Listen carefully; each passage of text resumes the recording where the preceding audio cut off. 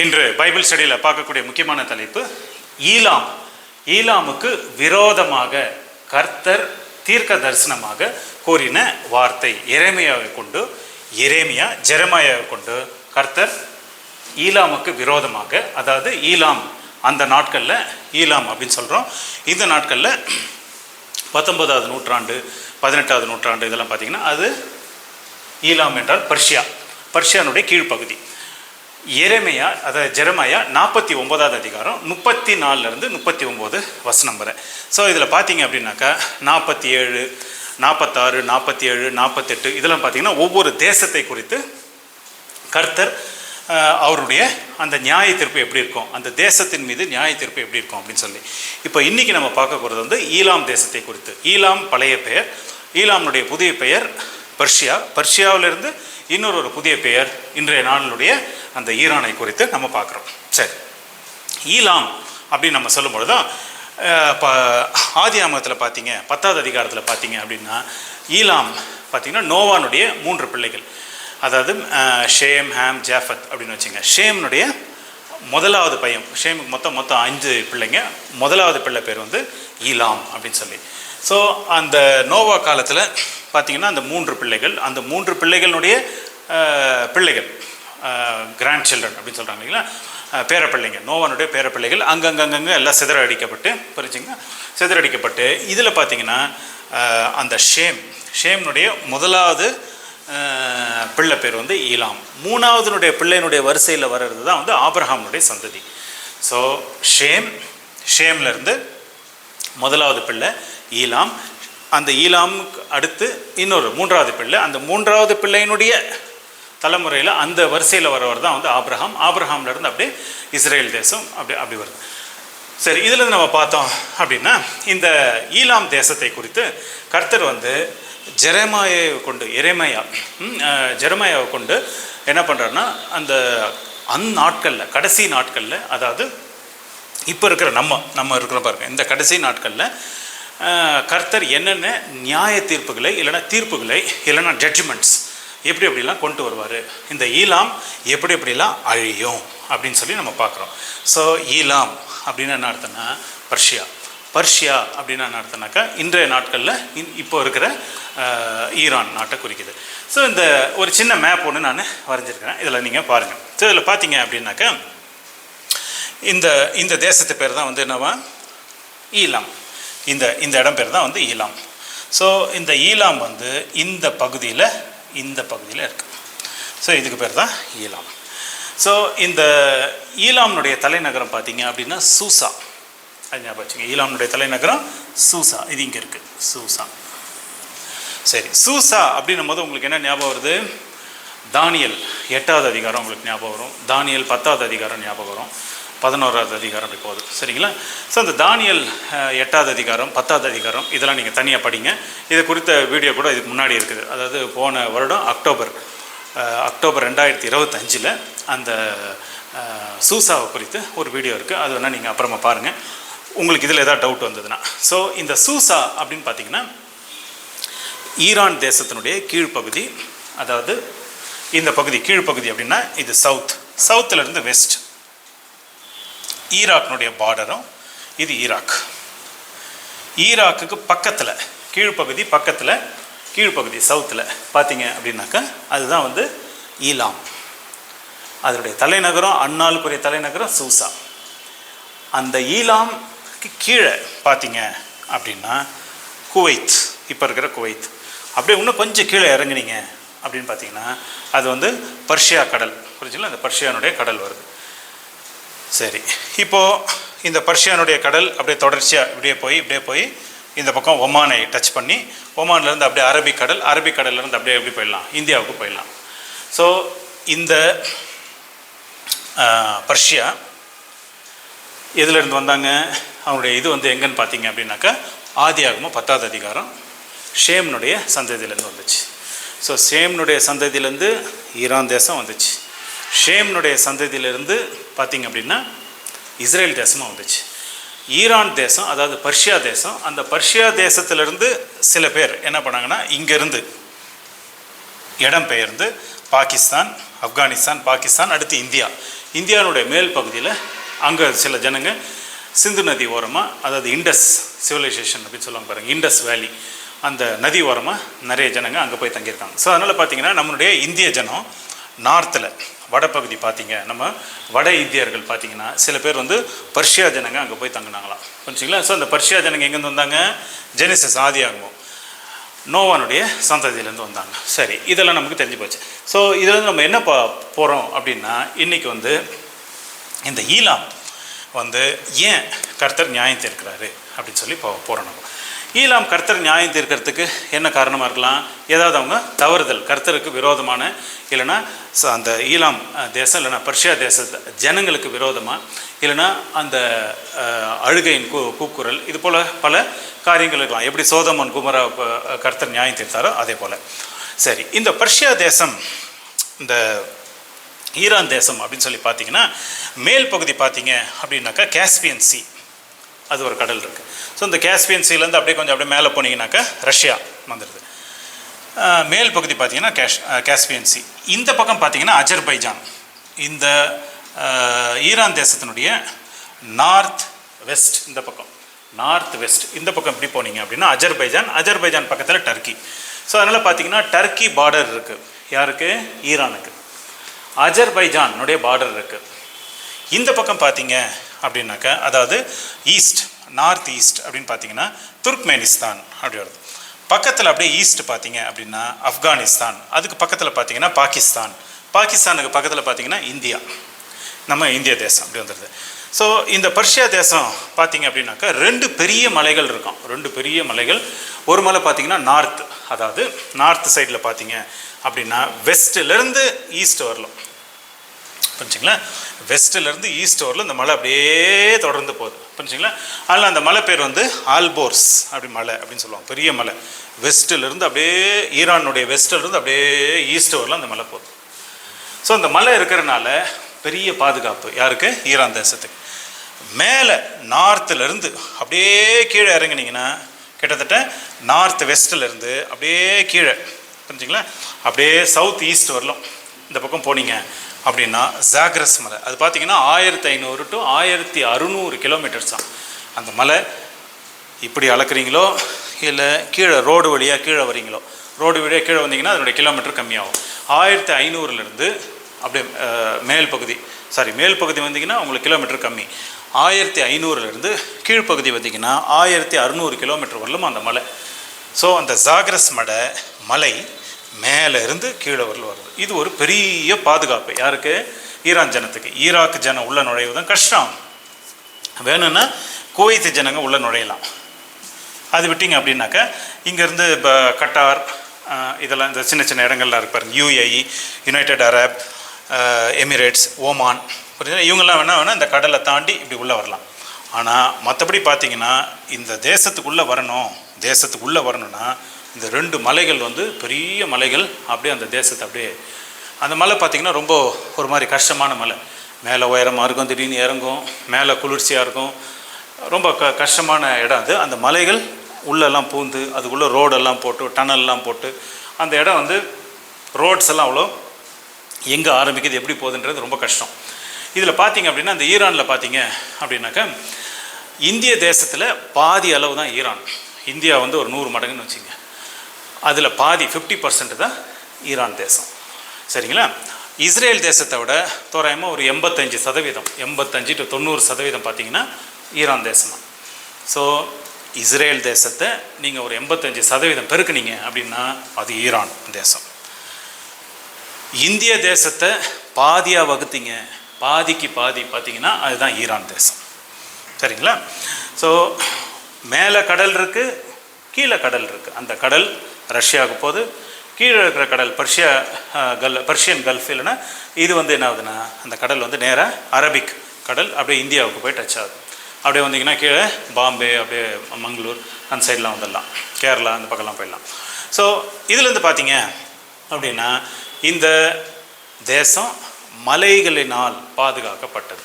இந்த மலையில் என்ன ஆகுது, என்ன கிடைக்குது அப்படின்னு சொல்லி பார்த்தீங்கன்னா, இந்த மலைக்கு கீழே அதுக்குள்ளெல்லாம் நீங்கள் உள்ள போர் பம்பெல்லாம் பண்ணி உள்ளே ஆழமாக போனீங்க அப்படின்னு பார்த்தீங்கன்னா நிறைய பெட்ரோல் ஆயில் நிறைய கிடைக்குதான். இந்த கடலோர பகுதியில் மலையிலேருந்து கடலோர பகுதிக்கு கிட்ட வந்தீங்கன்னா இங்கெல்லாம் நீங்கள் போர் உள்ளே பம்ப் பண்ணிங்க அப்படின்னா, உள்ளே போர் பண்ணி உள்ளே போனீங்க அப்படின்னா நிறைய ஆயில் கிடச்சிட்டே இருக்கும். ஸோ அதனால் பார்த்தீங்கன்னா ஒரு 90% பார்த்தீங்கன்னா இவங்க ஆயில் தான் முக்கியமான அவங்களுக்கு ஒரு பிஸ்னஸ். அதே நேரத்தில் பார்த்தீங்கன்னா உள்ளேருந்து கேஸும் வெளியே வருது. ஸோ அதனால் பார்த்தீங்கன்னா ஆயில், கேஸ். இது தவிர பார்த்தீங்க அப்படின்னா அந்த மலைகளுக்குள்ளே கீழே அடியில் எல்லாம் மண்ணுக்குள்ளே நீங்கள் போனீங்க அப்படின்னாக்கா யுரேனியம் அப்படின்ற ஒரு பொருள் கிடைக்குதான். யுரேனியம் அந்த யுரேனியம்ன்ற பொருளை வச்சு தான் என்ன பண்ணுறாங்கன்னா நிறைய இந்த மிசைல்ஸ் எல்லாம் நிறைய பண்ணுறாங்க. ஸோ அதெல்லாம் பார்த்தீங்கன்னா ஈரான் 3 விஷயத்துக்கு ரொம்ப பெயர் போனது. அதாவது பர்ஷியா நம்பர் 1 எது, ஆயில், நம்பர் 2 கேஸ், நம்பர் 3 பார்த்தீங்கன்னா மிசைல்ஸ். ஸோ இதனால் இந்த ஈரான் ஜனங்க இந்த 3 இதில் தான் முக்கியமாக அவங்க இருக்கிறாங்க. மிசைல் அப்படின்னும் போது இராணுவம் சம்மந்தமான மிலிட்ரி சம்மந்தமான அந்த இதில் பார்த்தீங்கன்னா இவங்க தான் பலம் வாய்ந்த ஒரு கண்ட்ரி. ஸோ மிடில் ஈஸ்டில் பார்த்தீங்க, மத்திய கிழக்கு தேசத்தில் நீங்கள் பார்த்தீங்க அப்படின்னாக்கா நல்ல பலம் வாய்ந்த ஒரு இது பார்த்தீங்க அப்படின்னா ஈரான். பலம் வாய்ந்த ஒரு கண்ட்ரி எதுன்னா டர்க்கி. ஸோ டர்க்கி, ஈரான் இவங்க 2 பேர் வந்து பலம் வாய்ந்த ஒரு இந்த ஈரானில் கிட்டத்தட்ட பாதி எடுத்திங்கன்னா அதுதான் டர்க்கி.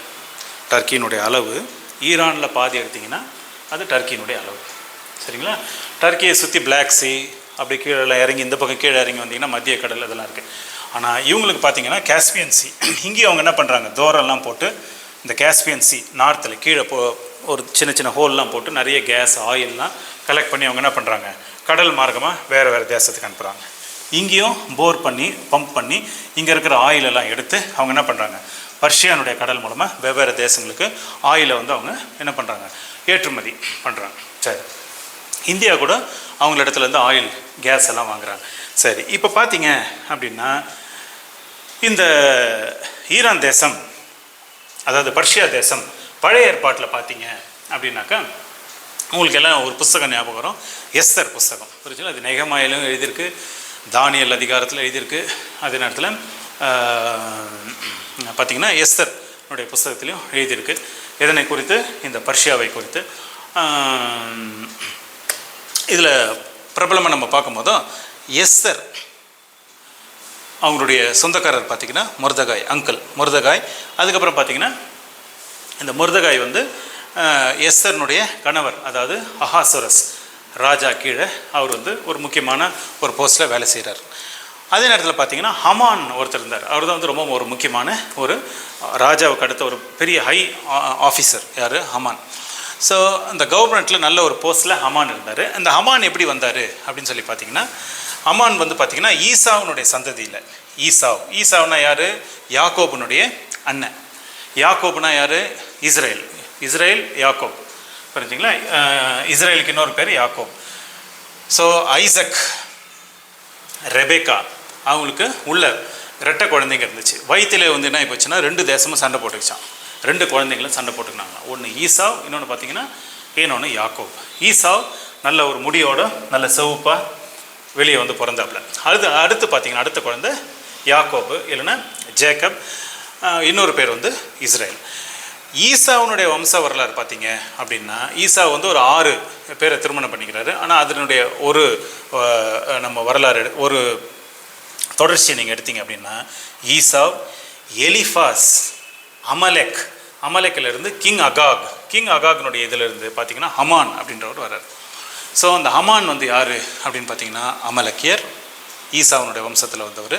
ஸோ அந்த ஹமான் வந்து எங்கே வேலை செய்கிறாருன்னா, அந்த நாட்களில் 2600 வருஷத்துக்கு முன்னாடி அந்த நாட்களில் பார்த்தீங்க அப்படின்னாக்கா ஈரானில் அவர் இருந்தார். யாருக்கெல்லாம்? அஹாசுரஸ் அந்த ராஜா கீழே இருந்தார். அந்த ராஜானுடைய மனைவி எஸ்தர்.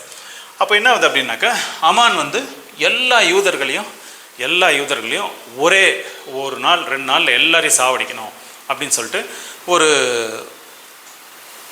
ஒரு என்ன பண்ணுறாருன்னா ஒரு குலுக்கல் சீட்டு போடுறாரு. அப்படி குலுக்கல் சீட்டு போடும்போது ஒரு தேதி வருது. ஸோ இதை வந்து என்ன பண்ணுறாருன்னா அஹாசுரஸ் ராஜா, அதாவது பர்ஷியா தேசத்தினுடைய ராஜாட்ட போய் பேசி எப்படியாவது அந்த ஜனங்களை எல்லாரையும் நம்ம ஒரு நாள் 2 நாளில் நம்ம. ஸோ அந்த குலுக்கல் சீட்டு போட்டதில் பார்த்தீங்கன்னாக்கா ஹீப்ரூ கேலண்டரில் பார்த்தீங்கன்னா கடைசி மாதம், அந்த கடைசி மாதத்தில் பார்த்தீங்க அப்படின்னா 13-14 தேதி வருது. அது நம்முடைய கேலண்டரில் பார்த்தீங்க அப்படின்னா பிப்ரவரி 28, மார்ச் 1 அப்படி வருது. மார்ச் 1, 2 அந்த தேதியில் வருது. ஸோ அந்த நாளில் எல்லா யூதர்களையும், ஏன்னா அந்த ஹமானுக்கு வந்து யூதர்கள், அதாவது மொர்தகாய் இவங்கெல்லாம் வந்து அந்த யூதர்கள்லாம் வந்து அவருக்கு என்ன பண்ணலையா, வணங்கலை, இல்லைன்னா மரியாதை செலுத்தலை. அதனால் என்ன பண்ணுறாரு அப்படின்னாக்கா, எல்லா யூதர் நமக்கு வேணாம், நம்ம வந்து இந்த தேசத்தை யூதர் இல்லாமலே நம்ம நடத்தலாம் அப்படின்னு சொல்லி.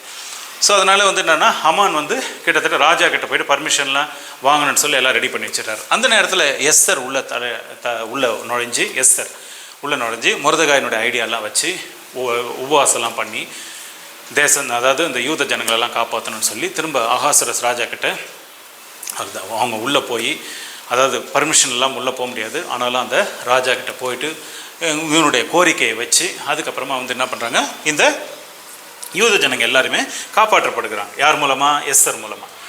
ஆனால் ஹமான் வந்து விரோதமாக வரனால அவரை வந்து தூக்கில் போடணும் அப்படின்னு சொல்லி கேட்டு கடைசியில் ஹமான் வந்து அவரை வந்து கொண்டு போட்டுடுறாங்க.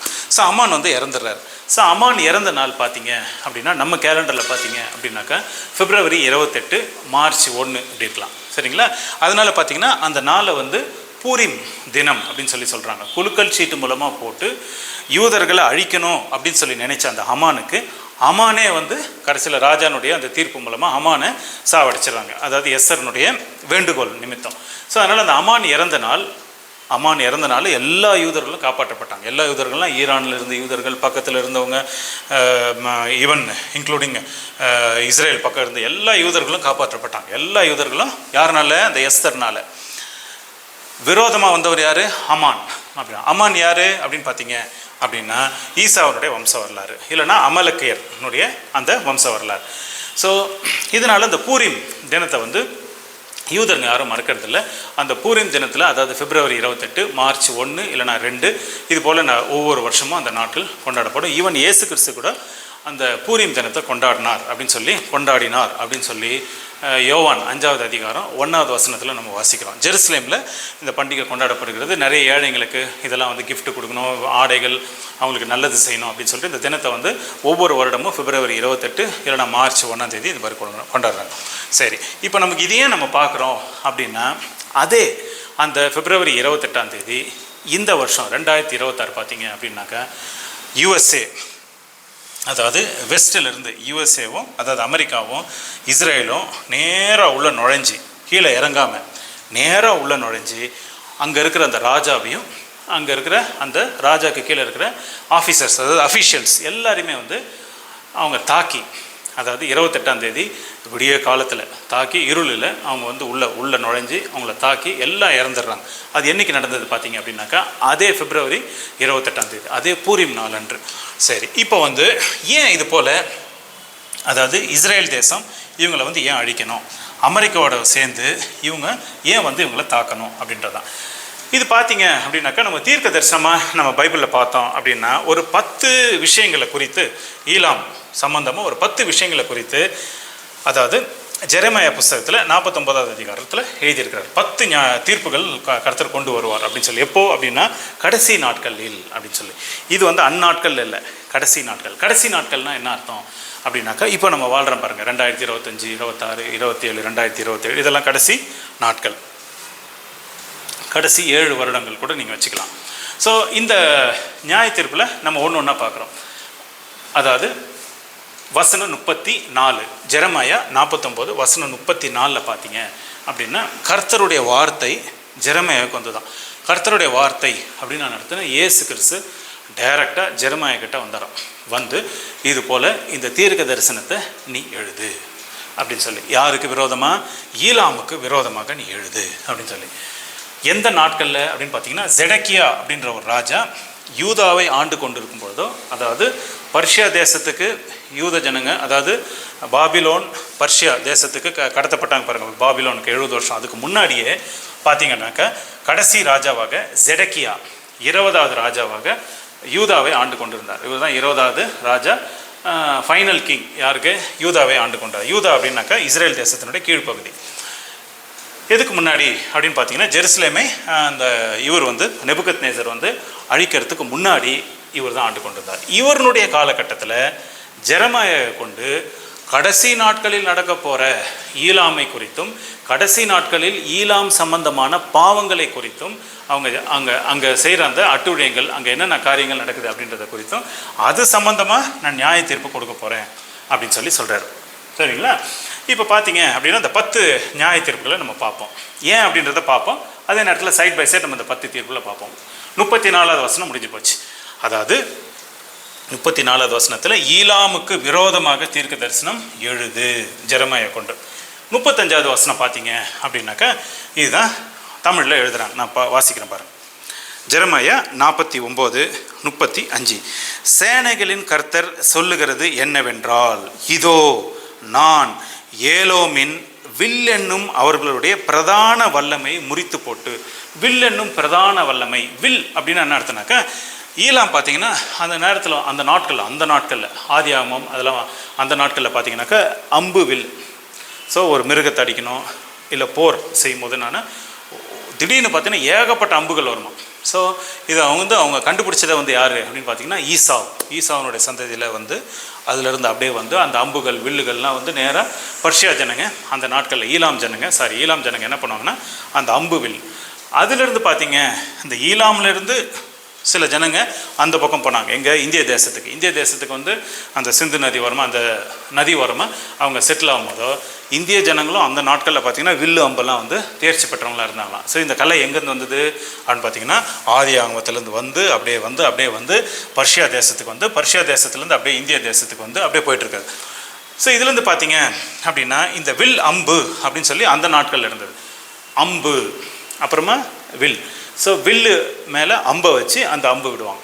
ஸோ அந்த வில்லை நான் முறித்து போடுவேன் அப்படின்னு. வில் அப்படின்னா என்ன அர்த்தம் அப்படின்னா, இப்போ தான் நான் சொன்னேன் உங்களுக்கு, அந்த தேசத்தில் பார்த்தீங்க ஈலாம் அப்படின்ற அந்த இடத்துல பார்த்தீங்கன்னா 3 முக்கியமானது கிடைக்குமா.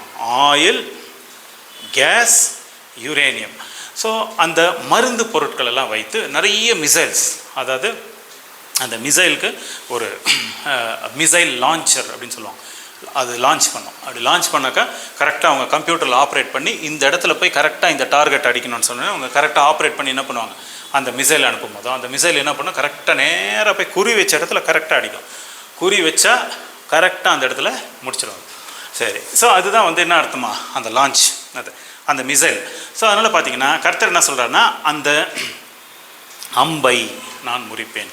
ஸோ அம்புலேருந்து வில்லு இல்லைனா அந்த ஏரோ எங்கேருந்து போகுது பாருங்கள், அதுலேருந்து அப்படியே போகுது, அந்த வில்லுலேருந்து ஏரோ அப்படியே போகுது. ஸோ அதனால் பார்த்திங்கன்னா அந்த செய்கிற ஸ்தலம் மிசைல்ஸ் எல்லாம், அதாவது ஏவுகணைகள்லாம் உற்பத்தி செய்கிற அந்த ஸ்தலம் தான் பார்த்திங்கன்னா ஈலாமா. அந்த ஈலாமுக்கு பக்கத்தில் பார்த்திங்கன்னா ஒரு பெரிய மலைகள் இருக்குது, ஜாகிரஸ் மலை. அந்த ஜாகிரஸ் மலை பார்த்திங்கன்னா 1600 கிலோமீட்டர். ஸோ அந்த 1600 கிலோமீட்டர் கீழே பாதாளத்தில் அவங்க என்ன பண்ணுறாங்க, டன்னலாக பெரிய டன்னலாக ஓப்பன் பண்ணி அதை ஒரு 10 வருஷமாக 12 வருஷமாக அவங்க டன்னல்லாம் ஓப்பன் பண்ணி அந்த இடத்துல மிசைல்லாம் செஞ்சு எல்லாம் கலெக்ட் பண்ணி வைக்கிறாங்க. இந்த மிசைல் இதுக்கு, இது இவ்வளோ இந்த தேசத்தை அழிக்கிறதுக்கு, இந்த தேசத்தை அழிக்கிறதுக்கு, இதை அழிக்கிறதுக்கு அப்படின்னு சொல்லி என்ன பண்ணுறாங்கனாக்கா ரஷ்யானுடைய உதவியோடும் அதுக்கப்புறமா சைனானுடைய உதவியோடும் அதே நேரத்தில் மற்ற கொரியா அதுபோல் சில விஞ்ஞான ஞானத்தை வச்சு அவங்க என்ன பண்ணுறாங்கன்னா அந்த மிசைல்ஸ் எல்லாமே உற்பத்தி பண்ணி அவங்க உள்ளே வச்சுருக்காங்க. ஸோ அதனால் பார்த்திங்கன்னா தேசங்களை அழிக்க, குறிப்பாக இஸ்ரேலை அழிக்கவும் அமெரிக்க தேசத்தை அழிக்கவும் நிறைய அணு ஆயுதங்களை அவங்க வச்சுருக்கிறாங்க கடைசி நாட்களில். அதே நேரத்தில் பார்த்திங்கன்னா அந்த அணு ஆயுதங்களை என்ன பண்ணுறாங்கன்னா இப்போ வெவ்வேறு தேசங்களுக்கு அவங்க கொடுக்குறாங்க. உதாரணத்துக்கு லெபனானுக்கு கொஞ்சம் கொடுக்குறாங்க, இந்தாங்க நீங்கள் அந்த ஆயுதங்களை இஸ்ரேல் தேசத்து மேலே வீசி அவங்கள அழிங்க. நிறைய அணு ஆயுதங்களை என்ன பண்ணுறாங்க, காசா கொடுத்து நீங்கள் அனுப்பி அவங்கள அழியுங்க. கீழே டனல் வழியாக நீங்கள் உள்ளே புகுந்து அது வழியாக உள்ளே திடீர்னு அந்த இஸ்ரேல் தேசத்து வழியாக உள்ளே மேலே ஏறி அங்கேருந்து போட்டு அழிங்க. ஸோ அதனால் பார்த்திங்கன்னா வெவ்வேறு இடங்களுக்கு அவங்க என்ன பண்ணுறாங்கன்னா நிறைய ஆர்கனைசேஷன்ஸுக்கு என்ன பண்ணுறாங்க, அவங்க ஆயுதங்களை கொடுத்து இந்த இஸ்ரேல் தேசத்தை குறிப்பாக அழிக்கணும். ஏன்னா அமெரிக்கா பார்த்திங்கன்னா ரொம்ப தூரம் மத்திய கடல்லாம் தாண்டி இந்த பக்கம் வருது. ஸோ ரொம்ப தூரத்தில் இருக்கிறதுனால நம்ம பக்கத்தில் இருக்கிற அந்த யூத ஜனங்களை அழிக்கணும்.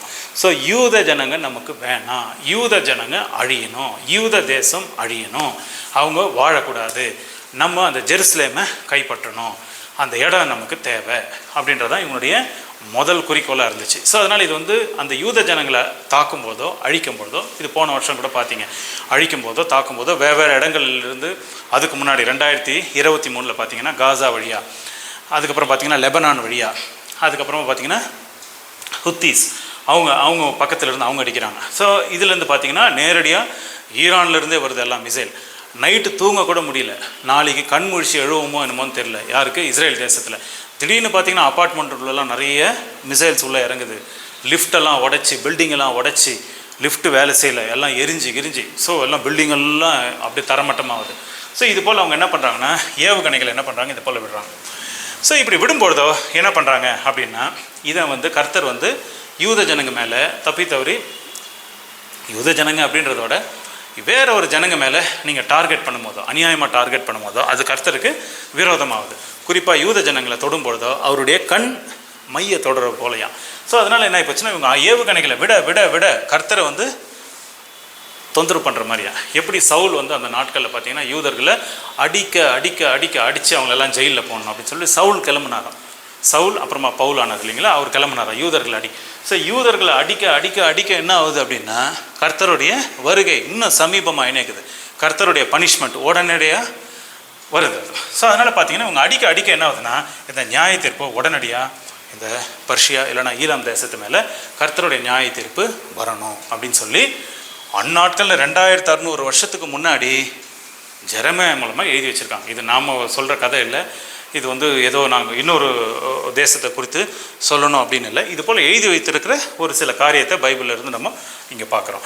ஸோ இதில் பார்த்தீங்க அப்படின்னாக்கா முதலாவது நியாய தீர்ப்பு என்னென்னா, அந்த அம்பு அந்த வில்லை வந்து உடைக்கணும், அதாவது தரமட்டமாக்கணும்.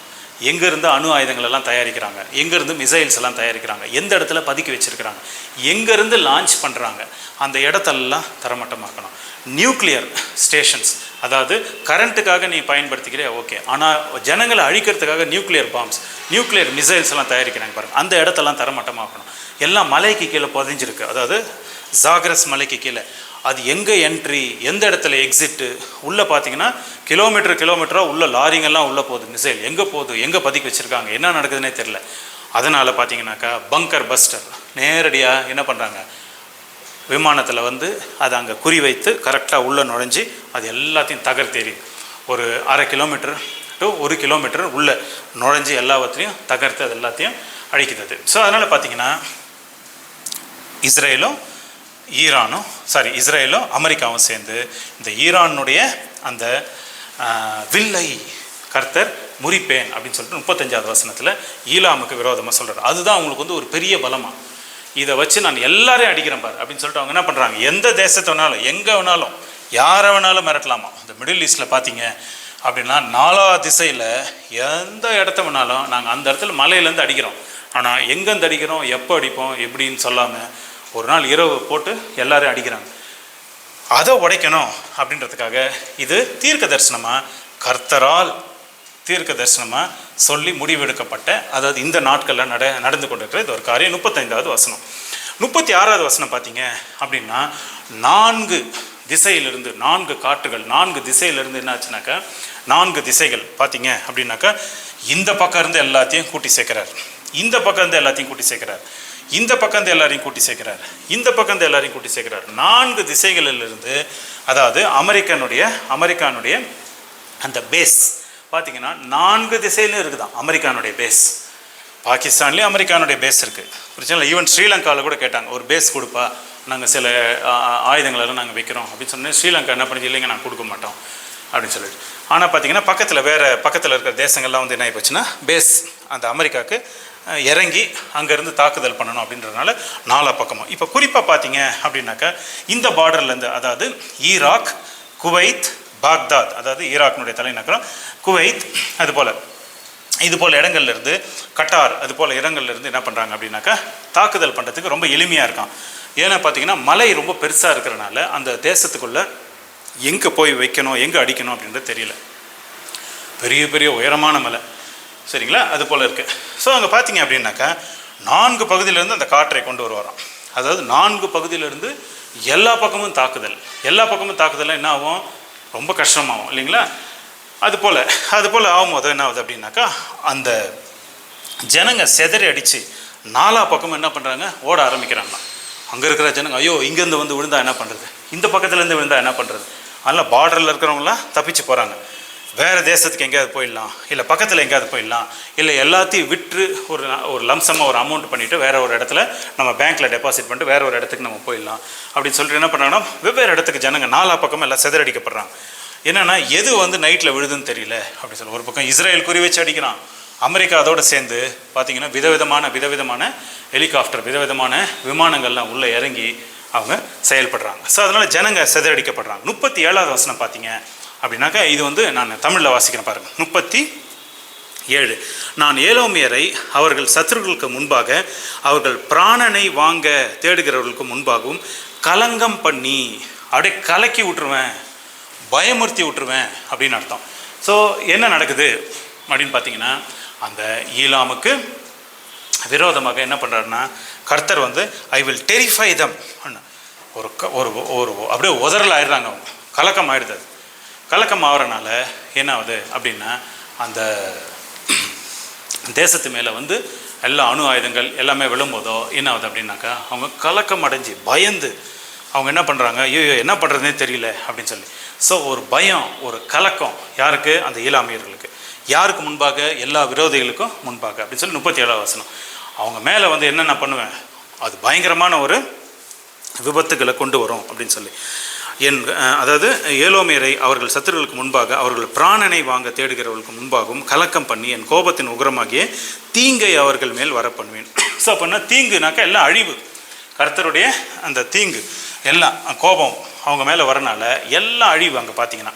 ஸோ 37வது வசனத்தில் பார்த்தீங்கன்னா, கலக்கம் அடைஞ்சி நிறைய அதாவது நிறைய ஒரு அவங்க ஊரில் இருக்கிற நிறைய பெரிய பெரிய கட்டடங்கள், பெரிய பெரிய பில்டிங், பெரிய பெரிய அந்த ஸ்தலங்கள் எல்லாமே உடஞ்சி போதெல்லாம் கர்த்தருடைய கோபம் அவங்க மேலே வருது. அதுக்கப்புறம் பார்த்தீங்கன்னா, கர்த்தர் அவங்க பின்னாடி என்ன பண்ணாரா, அந்த ஸ்வோர்டு கத்தி அனுப்புவாராம் பின்னாடி, எங்கே போனாலும் துரத்தி துரத்தி துரத்தி துரத்தி அவங்கள அடிக்குமா. அப்படின்னா என்ன அர்த்தம் அப்படின்னா, அந்த ஏவுகணை, அந்த நெருப்பு அவங்களுக்கு பின்னாடி வந்து வந்து வந்து வந்து வந்து விழும். ஸோ அதனால் பார்த்தீங்கன்னா, அந்த இடத்தெல்லாம் வந்து எரித்து சாம்பல் ஆக்கிடுறாராம், எரிஞ்சு எல்லாம் நெருப்பில் எரிஞ்சு போதான்.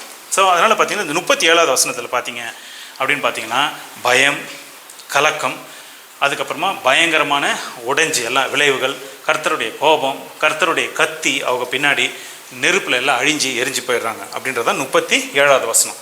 இதுலேருந்து 38வது வசனம் பார்த்தீங்க அப்படின்னா, என்னுடைய சிங்காசனத்தை அவங்க ஊர் மேலே நான் வைப்பேன். கர்த்தருடைய சிங்காசனம் பரலோகத்தில் இருக்குது, அவருடைய கால் பூமியினுடைய பாதத்தில். ஆனால் குறிப்பாக பார்த்தீங்கன்னா, இங்கே கீழே ஈலாம் மேலே என்னுடைய சிங்காசனத்தை வைப்பேன். ஸோ ஈலாம் மேலே கர்த்தருடைய சிங்காசனத்தை வைக்கும் பொழுதும் என்ன பண்ணுறாரு அப்படின்னா, அந்த ராஜாவையும் அந்த ராஜாவோட கூட இருக்கிற எல்லா அஃபீஷியல்ஸையும் எல்லாரையும் அழித்து போடுறாரா, டெஸ்ட்ராய், எல்லாம் அழிஞ்சு போகிறாங்களா எல்லாம். ஸோ ராஜா அழிஞ்சாச்சு, அவர் ராஜா கூட இருந்தவங்க எல்லாமே அழிஞ்சாச்சு. பார்த்தீங்க அப்படின்னா, பிப்ரவரி 28 ஒன்று ஒரு நாளாக கழிச்சு பார்த்தீங்கன்னா, இருக்கிற எல்லா அஃபீஷியல்ஸும் எல்லாமே இறந்து போகிறாங்க. ஸோ அந்த தேசத்தை நடத்துறதுக்கு யாருமே இல்லை அப்படின்னு சொல்லி. ஏன் அப்படின்னா, கர்த்தருடைய அந்த சிங்காசனம் அந்த தேசத்து மேலே போட்டு அவருடைய கோபத்தை அந்த தேசத்தின் மேலே ஊற்றி எல்லா ஒருத்தராக அழிந்து போகிறாங்க. கர்த்தரே வந்து அப்படின்னு அழிக்கலை, கர்த்தர் இன்னொருத்தரை வைத்து அழித்து எல்லாமே அழிஞ்சு போகிறாங்க. சரி, அதுக்கடுத்து பார்த்தீங்க அப்படின்னாக்கா, இது வந்து 38. 39வது வசனம் பார்த்தீங்க அப்படின்னு பார்த்தீங்கன்னா, இது எல்லாம் கடைசி நாட்களில் சம்பந்தமான காரியம். ஆனாலும் நான் அந்த முழு ஈலாமை, அதாவது இந்த பர்ஷியானுடைய கீழ்ப்பகுதி, இந்த கீழே சவுத்தில் இருக்கிற அந்த ஈலாம் பகுதியை வந்து மறுபடியும் நான் என்ன பண்ணுவேன், புதுப்பித்து மறுபடியும் நான் அதை எல்லாத்தையும் சரி பண்ணுவேன் அப்படின்னு சொல்கிறார். ஸோ எல்லாவற்றையும் சரி செய்யப்படும் அப்படின்னு. சரி செய்யப்படும் போது என்ன ஆகும், நிறைய பேர் எல்லாம் வந்து கர்த்தரை ஏற்றுக்கொள்வாங்க, அந்த தேசமே கர்த்தரை ஏற்றுக்கொண்ட ஒரு தேசமாகிடும் அப்படின்னு சொல்லி. அதுக்கப்புறம் பார்த்தீங்க அப்படின்னா, யாரெல்லாம் எந்தெந்த தூரத்தில் எங்கெங்கெல்லாம் சிதறடிக்கப்பட்டாங்களோ அவங்களெல்லாம் கொண்டு வந்து வாபஸ் எல்லாம் சேர்த்துறாரு. அதில் பார்த்தீங்கன்னா, கர்த்தர் வந்து அந்த தேசத்தை வந்து கர்த்தருக்கு பயந்து கர்த்தரை பின்பற்றுகிற ஒரு தேசமாக, இயேசு கிறிஸ்துவை பின்பற்றுகிற ஒரு தேசமாக மாற்றிடுவார் அப்படின்றத வந்து 39வது வசனத்தில் நம்ம வாசிக்கிறோம். ஸோ இப்போ இதில் நம்ம பார்க்கும்போதோ சூசா அப்படின்னு சொல்லி பார்த்தோம். இந்த சூசா அப்படின்ற அந்த பட்டணத்தில் அந்த இடத்துல தான் வந்து தானியல் இருந்தாராம். ஸோ பர்ஷியா அந்த நாட்களில் 2600 வருஷத்துக்கு முன்னாடி அந்த நாட்களில் பர்ஷியா தேசத்தில் ஒரு நல்ல ஒரு கவர்னர் போஸ்ட்டில் தானியல் இருந்தார். அந்த தானியல் இருந்தது வந்து சூசா அப்படின்ற ஒரு இடத்துல. அந்த சூசாவில் பார்த்தீங்கன்னா சூசாவை சுற்றி ஒரு 3 நதிகள் ஓடுது. 3 நதிகள். அந்த நதிகள் என்னென்னா கார்கே, அதுக்கப்புறமா தேஸ் நதி, அதுக்கப்புறம் பார்த்தீங்கன்னா கருண் நதி. கருண் தருண் வருண், அதுபோல் இது வந்து கருண் நதி. ஸோ இந்த நதி எல்லாம் என்ன ஆகுதுன்னா கடைசியில் இந்த பர்ஷியன் கல்ஃபில் போய் விழுது. பர்ஷியன் கல்ஃபில் பர்ஷியாவிலேருந்து அப்படியே போயிட்டு அரபிக் கடலில் போய் விழுந்து அப்படியே இந்தியாவுக்கு வருது. ஸோ அந்த நதியெல்லாம் எங்கேருந்து வருது அப்படின்னு பார்த்தீங்கன்னா ஜாக்ரஸ் மலையினுடைய உச்சத்துலேருந்து அந்த நதி இறங்கி அப்படியே கீழே வந்து அப்படியே வரும்போது கார்கே இந்த நதி, அப்புறமா தேஸ் நதி, இந்த 2 நதி இப்படி பிரியுது பாருங்கள். அந்த 2 நதி பிரியும் போது அது நடுவில் தான் அந்த சூசான்ற பட்டணம். எங்கே ஈரானுடைய சவுத் வெஸ்ட்டில் இந்த பக்கம், அதாவது ஈராக் பார்டரில் அந்த நதி ஓடுதான். ஸோ அந்த கார்கே அந்த நதி பார்த்தீங்க, தேஸ் நதி, இந்த கருண் நதி, அந்த நதி ஓரமாக தான் வந்து என்ன பண்ணாருன்னா தானியல் நின்று கொண்டு ஈவினிங்கில் அப்படி வாக்கிங் போயிருப்பார் நினைக்கிறேன். வாக்கிங் போகும்போது என்ன ஆகுதுனாக்கா அந்த இடத்துல கெப்ரியேல் தூதர் வந்து இயேசு கிறிஸ்து மூலமாக கொடுக்கப்பட்ட அந்த தரிசனங்களை கேப்ரியேல் தூதர் வந்து விளக்கமாக சொல்கிறார். இதெல்லாம் நடக்க போகுது, இது போல் சம்பவங்கள்லாம் நடக்க போகுது ஈலாமுக்கு விரோதமாக அப்படின்னு சொல்லி.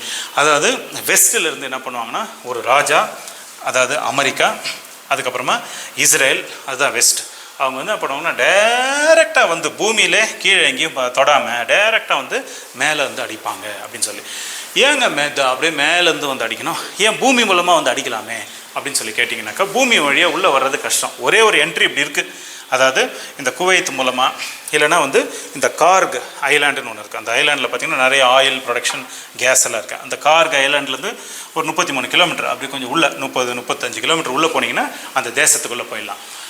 அதில் பார்த்திங்கன்னா இந்த தேசத்துக்குள்ளே போகிறதே ரொம்ப கஷ்டமாக, ஏன்னா மலைப்பகுதி, எங்கே இறங்கணும், அந்த இறங்கிறதுக்கு வசதி இல்லை. ரொம்ப ஒரு மாதிரி கிளைமேட் சேஞ்ச் ஆகிட்டே இருக்கும். அதுபோல் அந்த மலையில் எங்கே பதுங்கி இருக்கிறாங்க, யார் எங்கே இருக்கிறாங்கன்னு தெரில. ஏன்னா பெரிய மலை 1600 கிலோமீட்டர் மேலேருந்து கீழே வரல இறங்குது. அது அந்த மலைக்கு கீழே தான் எல்லாம் புதஞ்சிருக்கிறாங்க. இப்போ ஒரு சமீபமாக பார்த்தீங்கன்னா ஒரு 4 நாளைக்கு முன்னாடி பார்த்தீங்க அப்படின்பா ஒரு அமெரிக்க விமானம் இந்த பக்கம் வரும்போதோ ஈரான்லேருந்து அவங்க என்ன பண்ணுறாங்க, ஒரு மிசைல் விட்டு அந்த விமானத்தை அவங்க டார்கெட் பண்ணி அந்த விமானம் டார்கெட் ஆகி அதெல்லாம் உடஞ்சிது. அவங்க உடனே எஜெக்ட் பண்ணி அந்த 2 பேர் என்ன பண்ணுறாங்க, இந்த விமானத்தை ஓட்டினாங்க 2 பேர் பேராஷூட்டில் எஜெக்ட் பண்ணி அப்படியே பேராஷூட்டில் இறங்குறாங்க. ஒரு பேராஷூட் என்ன பண்ணுதுனாக்கா இந்த பேராஷூட் இப்படி வந்துடுது, இப்படி ஈரான் இந்த பக்கம் இந்த பார்டருக்கு வந்துடுது, ஈரான் குவைத் பார்டருக்கு வந்துடுது. இன்னொரு பேராஷூட் வந்து காற்று மூலமாக அடிச்சுன்னு இந்த பக்கம் போயிடுது, இப்படி போயிடுது. இப்படி போகும்போது என்ன ஆகுதுனாக்கா அது கிட்டத்தட்ட பார்த்திங்கன்னா சூசாவுக்கு மேலே, அதாவது சூசா அப்படின்னாக்கா குசிஸ்தான், மொத்தம் வந்து 31 ப்ராவின்சஸ் இருக்குது எங்கே ஈரானில். அதில் பார்த்திங்கன்னா ஒரு ப்ராவின்ஸ் பேர் தான் குசிஸ்தான். அந்த குசிஸ்தானுடைய தலைநகரம், முன்னாள் தலைநகரம் சூசா. அந்த குசிஸ்தான் சூசா மேலே அந்த ஒரு பேராஷூட் அப்படி போய் இறங்கிடுது. அதாவது தானியல் இருந்த இடத்துக்கு போய்ட்டு அந்த பேராஷூட்டை அந்த மலை மேலே எங்கேயோ ஒரு இடத்துல போய் இறங்கி அந்த யுஎஸ் சோல்ஜர் வந்து இறங்கிடுறார். ஆனால் அந்த விமானம் உடஞ்சிருச்சின்னு சொல்லிட்டு, பொதுவாக விமானம் உடஞ்ச இடத்துல நீங்கள் நிற்கக்கூடாது. இப்போது அதை அமெரிக்க ஜனங்களுக்கு வந்து என்ன பண்ணுறாருன்னா ஒரு சிக்னல் கொடுக்குறாரு. ரேடியோ இந்த எல்லாம் சொல்லுவாங்க இல்லைங்களா, ரேடியோ ஃப்ரீக்வன்சி, இந்த நவீன டெக்னாலஜிலாம் வச்சு நான் இங்கே தான் இருக்கிறேன், இந்த இடத்துல நான் விழுந்துட்டேன், இந்த ஸ்பாட்டில் இருக்கிறேன் அப்படின்னு சொல்லி. ஸோ அந்த ஸ்பாட்லேருந்து ஒரு 5 கிலோமீட்டர் தூரம் வேணால் நீங்கள் போகலாம். எந்த இடத்துல விமானம் உடஞ்சிதோ அதே இடத்துல நீங்கள் இப்படி வெயிட் பண்ணின்னு இருந்தீங்கன்னாக்கா அவன் ஈரான்காரை வந்து பிடிச்சி போயிடுவான். நீங்கள் வேறு எங்கே ஒரு இடத்துல பதுங்கணும். அதனால் அவர் என்ன பண்ணுறாருன்னா அந்த மலைப்பகுதி மேலே ஏறுறார். ஒரு 7000 ஃபீட்டு மலை மேலே அந்த சோல்ஜர் ஏறி அந்த மலை உள்ள அந்த இடத்துல ஒளிஞ்சிக்கிறார் அவர். ஸோ அவர் கொடுத்த அந்த சிக்னலை வச்சு என்ன பண்ணுறாங்கன்னா அமெரிக்கர்கள் வந்து தேடுறாங்க.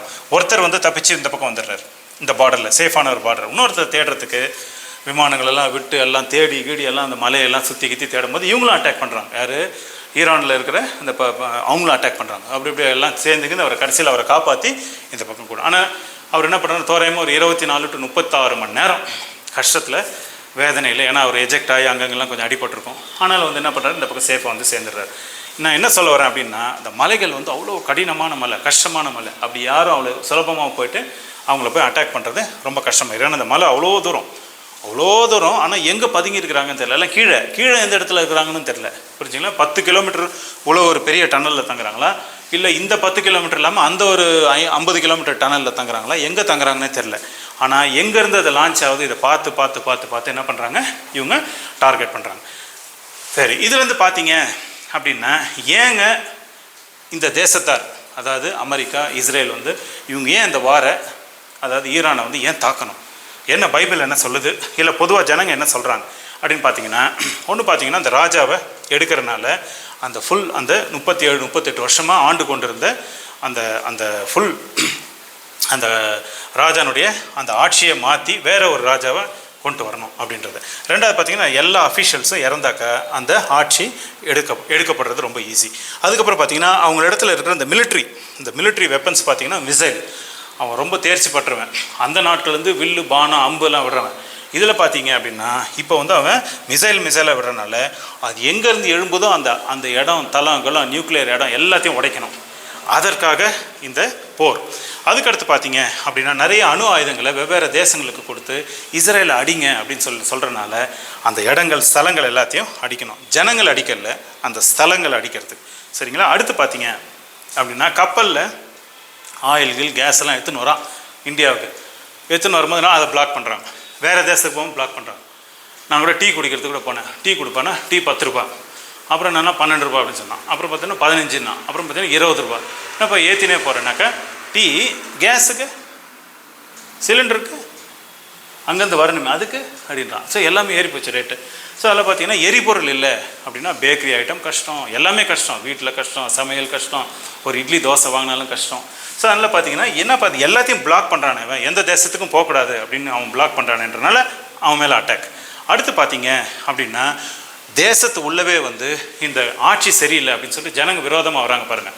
அவங்கள பிடிச்சி தனியாக கூட்டு போய் ரூமில் போட்டு சாத்துன்னு சாத்தி அவனுக்கு ஸ்ட்ரோக்கெல்லாம் வர வச்சு தலைமையிலலாம் அடித்து அவனுக்கு குத்துயிராக அப்படி கொடுக்குறாங்க. யார்? அவங்க அப்பா அம்மாட்ட. அவங்க அந்த பிள்ளையை தூக்கின்னு ஆஸ்பத்திரி போகிறாங்க வேகமாக ஆம்புலன்ஸில். போகும்போது என்ன அப்படின்னா அங்கே ஹாஸ்பிட்டலில் சொல்கிறாங்க உங்களுக்கு யாருக்கும் ட்ரீட்மெண்ட் கொடுக்கக்கூடாது, அங்கேயே அப்படி வச்சு அப்படி மொல்லமாக அமைச்சிருங்க அப்படின்னு சொல்லிட்டு அங்கேயே வச்சு இறந்துடுறாங்க. அதுபோல் நிறைய பேர் இறந்து போகிறாங்க.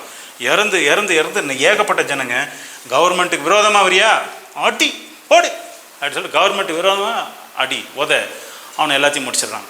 ஸோ அதனால் பார்த்தா கவர்மெண்ட்டுக்கு சப்போர்ட்டாக இருந்தால் விரோதமாக வர நிறைய பெரிய கூட்டங்களெல்லாம் வச்சு அவங்களுக்கு கவர்மெண்ட்டுக்கு விரோதமாக நீ ஏதோ ஒரு பெரிய கூட்டம் ஆர்ப்பாட்டம் பண்ணிங்க அப்படின்னாக்கா அவங்கள எல்லாரும் அரெஸ்ட் பண்ணி எல்லாம் போட்டு ரூமில் போட்டு சாத்துன்னு சாத்தி எல்லோரும் அதில் பார்த்தீங்கன்னா ஏகப்பட்டது 30,000 to 40,000 பேர் என்ன பண்ணாங்கன்னா கூண்டோட எல்லாம் காலி பண்ணாங்களாம். சரி, என்னப்பா ஆச்சு அவங்களாம் எங்கே இருக்கிறாங்க அப்படின்னு சொல்லி பார்த்தீங்கன்னா அவங்க எல்லாமே உள்ள நரகத்துக்கு போயிட்டாங்களாம்.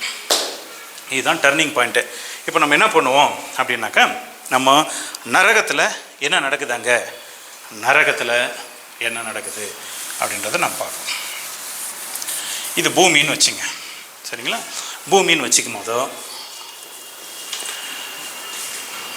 இப்போ என்ன பண்ணுறாங்கன்னா இதுதான் வந்து ஈலாம்னு வச்சுங்க.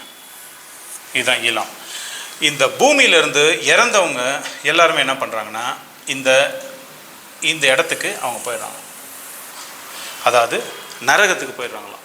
அப்படின்னு என்ன அர்த்தம்னா இறங்க எல்லாம் இந்த இடம் எல்லாம், அதாவது கர்த்தரை தெரியாத ஜனங்க, அப்பாவி ஜனங்க. கர்த்தரை தெரிஞ்ச ஜனங்க ஓகே, பரலோகம் போகிறது ஓகே. தெரியாத ஜனங்கள்லாம் இறங்குறாங்க பூமியில். இறங்கி அப்படியே ராஜாலாம் இறங்குறாரு கீழே, அஃபீஷியல்ஸ் எல்லாம் கீழே இறங்குறாரு நரகத்துக்கு. என்னங்க இந்த மாதிரி பிரசங்கம் பண்ணுறீங்க அப்படின்னாங்க இது மாதிரி எழுதி வச்சிருக்கிறார். யாருப்பா அதெல்லாம் எழுதி வச்சிருக்காருன்னா எசேக்கியேல் 32, 24, 25. நீங்கள் பண்ணுற அந்த டார்ச்சர், நீங்கள் பண்ணுற அந்த கொடூரமான ஆட்சி, அதாவது ரொம்ப டெரரான ஒரு ஆட்சி, அவ்வளோ கொடுமையான ஆட்சி. ஜனங்கள் அதை போல் நீங்கள் சித்திரவதை பண்ணி இந்த ஜனங்க கத்தி எழும்பி வராங்க. வேணாங்க, இது மாதிரி செய்யாதீங்க, கவர்மெண்ட்டே இது போல் பண்ணாதீங்க, வேணாங்க அப்படின்னு வரவங்களெல்லாம் பிடிச்சி அடித்து அவங்க எல்லாம் கீழே இறங்குறாங்க. ஏன்னா கர்த்தரை தெரியாத ஜனங்க, கர்த்தரை தெரிஞ்ச ஜனங்க சரி. ஸோ அந்த மாதிரி போகிறாங்க. அதை குறித்து நம்ம இப்போ வாசிக்கிறோம். அதாவது இதனை குறித்து இவர் எழுதியிருக்கிறார். யார்? எசேக்கியேல் 32க்கு நம்ம போகிறோம். எசேக்கியேல் 32 24க்கு வரும். பாதாளம் அப்படின்னு இது தலைப்பு பேரே பாதாளம் அப்படின்னு. ஏங்க அப்படி அப்படின்னு பைபிளில் எழுதியிருக்கிறாங்க.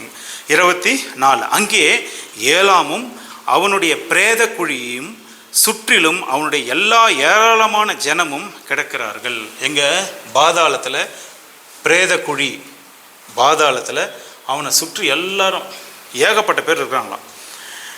அவர்கள் எல்லோரும் பட்டயத்தால் வெட்டுண்டு விழுந்து விருத்த சேதனம் இல்லாதவர்களாய் பூமியின் தாழ்விடங்களில் இருக்கிறார்கள். ஏன் கர்த்தரே அறியாத ஜனங்க, கர்த்தருடைய அந்த உடன்படிக்கைக்குள்ளே இல்லாத ஜனங்கன்றனால இறந்த உடனே என்ன பண்ணிருக்காங்க, எல்லாம் கீழே இறங்கிட்டு இருக்காங்க. எங்கே? நரகத்துக்கு. எங்கே இருக்குதுங்க அது நரகம் அப்படின்னா, ஈலாம் தேசத்துக்கு கீழே ஈலாமுடைய நரகம். சரிங்க, வேற தேசம், வேற ஏதாவது தேசம், அந்த தேசத்துக்கு கீழே, அந்தந்த தேசத்துக்கு கீழே பார்த்தீங்கன்னா அந்தந்த நரகம். புரிஞ்சுங்களா? ஸோ அவங்க எல்லாருமே கீழே வந்து அவங்க என்ன பண்ணுறாங்க, வெயிட் பண்ணிட்டு இருக்காங்க.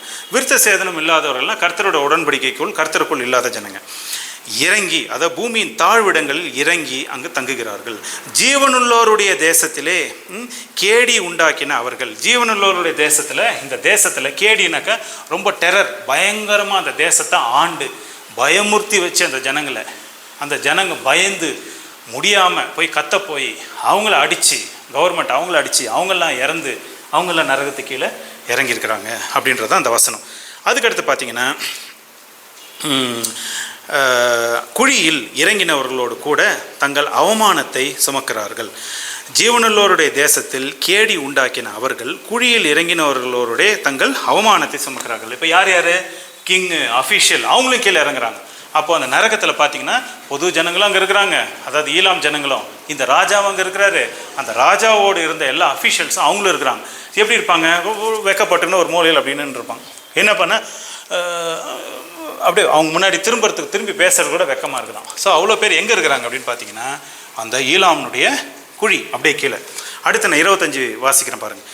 வெட்டுண்டவர்களின் நடுவே அவனை அவனுடைய எல்லா ஏராளமான ஜனத்துக்குள்ளும் கிடத்தினார்கள். யார்? ராஜாவை, அந்த ராஜானுடைய அஃபிஷியல்ஸ், கூட இருந்த அஃபிஷியல்ஸ்லாம் அந்த ஜனங்களுக்குள்ளே கிடத்தினார்கள். அவனை சுற்றிலும் அவர்களுடைய பிரேத குழிகள் இருக்கின்றன. பிரேத குழிகள் என்ன அர்த்தம் அப்படின்னாக்கா, செல் உள்ள நரகத்தில் கீழே இருக்குன்னு ஒரு சின்ன சின்ன செல் இருக்கும். சின்ன சின்ன செல்லுன்னா பிரேத குழி, ஒரு சின்ன சின்ன செல் அப்படின்னா என்ன அர்த்தம்னா, இப்போ கோழி கடைக்கு போகிறீங்கன்னு வச்சுங்க, ஒரு கோழி வாங்கணும். அப்போ என்ன பண்ணுறீங்கன்னா, பார்க்குறீங்க இந்த கோழி சரியில்லை, அந்த கோழியை கொடுங்க அப்படின்றீங்க. ஸோ அந்த கோழியிலேருந்து, அது உள்ள ஒரு செல்லுலேருந்து அப்படியே கோழியை எடுத்து, கோழி ஒன்று அதை சாவடிச்சு மிஷினில் போட்டு க்ளீன் பண்ணி, என்ன சொல்கிறாங்க, அது பேர் பிராய்லர் சிக்கன் எல்லாம் சாப்பிட்டு கொலஸ்ட்ரால்லாம் ஏற்றிக்கின்னு, அது ஒரு பக்கம். ஸோ இப்போ பார்த்தீங்கன்னாக்கா அந்த கோழியை வந்து என்ன பண்ணுறாங்க, ஒரே அமுக்கு, அதுக்கு பேர் என்ன அர்த்தம், அந்த செல்லு. இப்போது பாதாளத்தில் பார்த்தீங்கன்னா கோழிக்கு வைக்கிற மாதிரி ஒருத்தருக்கும் ஒரு குட்டி குட்டி செல்லு, பிரேத குழி அப்படின்னு சொல்லி வேதத்தில் எழுதப்படுது. இல்லைனா வந்து ஒரு குட்டி குட்டி அறை அப்படின்னு வச்சுக்கோங்க. அந்த அறையில் இப்படி நின்றுக்கலாம். அப்படி கோழி அழகாக ஜாலி அப்படிலாம் சுற்றாது. எப்படி கோழி அந்த கூண்டுக்குள்ளே அப்படியே உள்ளே உட்காந்துருக்குதோ அதே போல் அவங்க அப்படியே உள்ளே இருக்கணும். எங்கே? நரகத்தில். தேவையாது சொல்லுங்கள். ஸோ இதுதான் வந்து 25வது வசனத்தில். சரி, இதனுடைய முடிவு என்ன அப்படின்னு பார்த்தீங்கன்னா, இங்கே எல்லாம் டைம் ஸ்பெண்ட் பண்ணுகிறாங்க. வெட்டுண்டவர்களின் நடுவே அவனை அவனுடைய எல்லா ஏராளமான ஜனத்துக்குள்ளும் கிடத்தினார்கள். அவனை சுற்றிலும் அவர்களுடைய பிரேத குழிகள் இருக்கிறது. அவர்கள் எல்லோரும் பட்டயத்தால் வெட்டுண்டு விருத்த சேதனம் இல்லாதவர்கள். ஜீவனுள்ளோருடைய தேசத்திலே அவர்கள் கேடு உண்டாக்கினவர்களாய் இருந்து, ஒரு டெரரிசமை கொண்டு வந்தவங்க, டெரர், கேடு உண்டாக்கினவர்களாய் இருந்தும் அவர்கள் குழியில் இறங்கினவர்களோட கூட தங்கள் அவமானத்தை சுமக்கிறார்கள். அவன் வெட்டுண்டவர்களின் நடுவே வைக்கப்பட்டிருக்கிறான். யார்? அந்த ராஜா. அந்த அஃபீஷியல்லாம் பார்த்தீங்கன்னாக்கா எல்லாம் இறந்து போனவங்க நடுவில் இப்படி இருக்கான். அதாவது உதாரணத்துக்கு யார் யாருக்கெல்லாம் நீங்கள் அநியாயம் பண்ணீங்களோ, பூமியில் இருக்கும்போது யார் யாரெல்லாம் அமக்கலம் பண்ணி யார் யாரெல்லாம் ஏமாத்தினீங்களோ, எவனெல்லாம் மோசம் பண்ணீங்களோ அவனெல்லாம் அவங்கள சுற்றி இருக்கிறான். அப்போ எவ்வளோ வெக்கமாக இருக்கும் பாருங்கள். புரியல? அப்போ எனக்கு தெரிஞ்சவங்க பக்கத்தில் தான் நான் இருப்பேன் நரகத்தில்னா. தெரிஞ்சவங்க தான் நிறைய பேர் சுற்றி நிற்கிறாங்க. எனக்கு விரோதிங்க அப்படின்னு விரோதியை நிற்கிறாங்க. ஸோ அப்படியே அசிங்கமாக அப்படியே நின்றுக்கொண்டு எவ்வளோ நேரம் நின்றுப்பீங்க? கோழி எவ்வளோ நேரம் அந்த கூடுக்குள்ளே இருக்கும் பாருங்கள். கோழி கடையில் போய் பார்த்தீங்கன்னா அதே மாதிரி பார்த்தீங்கன்னா அந்தந்த பிரேத குழி, இல்லைனா அந்த செல், இல்லைனா அந்த சின்ன சின்ன பாக்ஸ்குள்ளே அப்படியே இருக்கிறீங்க. பக்கத்தில் இருக்கிறவன் திட்டுவான், ஒரே பல்கடிப்பு, ஒரே காதெல்லாம் கெட்ட வார்த்தையில் பேசுகிறான். எவ்வளோ நேரம் நீங்கள் காதை முடிக்கணும்? எவ்வளோ நேரம் நீங்கள் இருப்பீங்க? ரொம்ப கஷ்டம். ஸோ அதனால் பார்த்தீங்கன்னா இஸ்ரேல் தேசத்துக்கு விரோதமாக வந்தீங்கன்னா கர்த்தர் எழும்புவார். இஸ்ரேல் தேசத்தை நீ ஆசீர்வதிச்சுன்னா உடனே ஆசீர்வதிப்பார். இஸ்ரேல் தேசத்துக்கு விரோதமாக வந்த கர்த்தர் அடிப்பார். ஏங்கன்னா அது அப்படி தான். கர்த்தர் இஸ்ரேல் தேசத்துக்கு விரோதமாக வந்தால் பிடிக்காது. சரிங்களா? ஒன்று. அடுத்து பார்த்தீங்கன்னா சொந்த ஜனத்தை வந்து போட்டு அடின்னு மொத்துன்னு மொத்துனின்னா கர்த்தர் எழும்புவார். சோதமன் குமாரனுடைய கூக்குரல் ஜெப குரல் கேட்டுச்சான். அதே மாதிரி பொது ஜனங்கள்லாம் மேலே அண்ணாந்து பார்த்து, கர்த்தாவே, சிருஷ்டி கர்த்தாவே, எங்களால் வாழ முடியல, ரொம்ப கஷ்டமாக இருக்குது ஐயா அப்படின்னு சொல்லி பார்த்தும் போதோ ஜெபம் கேட்கப்படுது. ஈரான் தேசத்தில் பார்த்திங்கன்னா ஏகப்பட்ட அண்டர் கிரவுண்ட் சபைகள் இருக்குது. ஏகப்பட்ட நபர்களுக்கு கர்த்தர் தூக்கத்தில் தூங்கும் பொழுதோ தரிசனத்திலையும் கர்த்தர் இயேசு கிறிஸ்து வந்து அவர்களோடு நின்று பேசி நிறைய கிறிஸ்தவர்கள் நாளுக்கு நாள் அதிகரித்து கொண்டே போதாம் எங்கள் ஈரான் தேசத்தில். ஆனாலும் இந்த 2 முக்கியமான காரியம், யூதர்களை அழிக்கணும், பிறரை அழிக்கணும், பிற தேசங்களை மிரட்டி வைக்கணும், ஜனத்தை மிரட்டி வைக்கணும், ஜனத்தை அழிக்கணும், யூதர்களை அழிக்கணும். அப்படின்னா கர்த்தருடைய நியாய தீர்ப்பு அவங்க மேலே வரும் அப்படின்றதான் இந்த பைபிள் ஸ்டடியினுடைய ஒரு முக்கியமான இந்த தீர்க்க தரிசன கண்ணோட்டத்தில் நம்ம பார்த்தோம். இதை நீங்கள் பாருங்கள். இதை பார்த்துட்டு மொல்லமாக அந்த பைபிள் வசனங்களெல்லாம் வாசிட்டு, இது இன்னொருத்தரை நம்ம யாரோ ஏதோ திட்டணும், இல்லை அவங்கள அவமானப்படுத்தணும், அந்த ஜனங்களை இது பண்ணணும், வேற ஒரு சபையை அவமானப்படுத்தணும் அப்படின்ற ஒரு நோக்கத்தில் இல்லை. இது வேதத்தில் இருக்குது, இது பைபிள் ஸ்டடி. இது நீங்கள் பார்த்துட்டு எல்லாருக்கும் நல்ல காரியங்களை செய்யுங்க, எதிர்த்து நிற்காதீங்க, அவங்கள அடிக்க போகாதீங்க, யூதர்களுக்காக ஜெபிங்க, யூதர்களை அடிக்க போகாதீங்க, இன்னொரு தேசத்தையும் அடிக்க போகாதீங்க. அதனால தான் நம்ம புதிய ஏற்பாட்டில் பிறரை நேசி கர்த்தரை நேசி அப்படின்ற ஒரு முக்கியமான அந்த சட்டத்திட்டத்தை நீங்கள் கை கொள்ளுங்கள். அது மட்டும் இல்லாமல் வரப்போகிற நாட்களில் வேறு சில காரியங்களை, புது காரியங்களை நம்ம பார்ப்போம்.